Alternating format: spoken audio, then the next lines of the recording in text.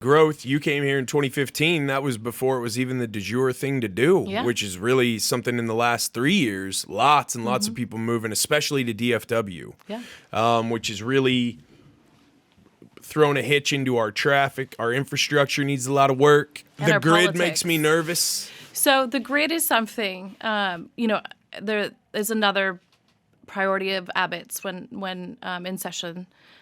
They've looked at, how we make sure that our nuclear energy plants are working in the coldest period of time.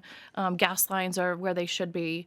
And also, they've removed the provision where the board that made up ERCOT, majority of the board members didn't even live in the state of Texas. I mean, you have people that are overseeing our energy sources that don't live and are not stakeholders here. So that's something they've done away with. But, there's something to be said about being energy independent, right? Especially in light of what's going on in Russia and Ukraine. We are less susceptible to being tapped into by a foreign entity and being hijacked, if you will, our energy and power sources. So, I appreciate the fact that we have choice when it comes to energy and what we can purchase as a consumer, and that we're relatively a little bit more secure from terrorists attacking our power structure. Yeah, I don't think any Texan, whether they can say they're a Texan or whether they got here as fast as they could. I moved here in college. I've been here ever since. You can't beat the gals in Texas. That's what I learned when I moved here. I was like, man, it's hot as hell, and I can't stand these allergies. But whoa, I had no idea that this is what was in Texas that nobody knew about. It was crazy. So I stayed, and the economy is awesome.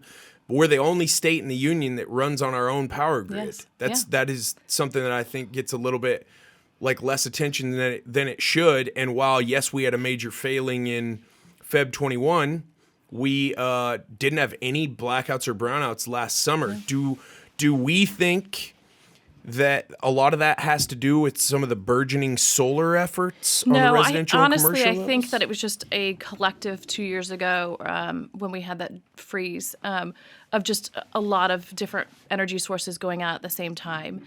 The reason why a lot of our energy and gas is so affordable is, we have it on a rolling, mechanism where, we have some nuclear plants that are on when we need them and less on when we don't, right? And that provides a lower cost product for us. So part of it's timing, part of it's unfortunate where some of the gas lines, froze and just the infrastructure there. But the infrastructure is sound.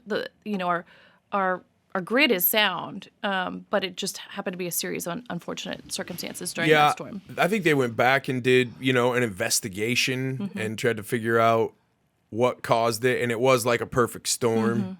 I'm in the restoration business, and we're still finishing projects from that, so it's a little crazy. Yeah.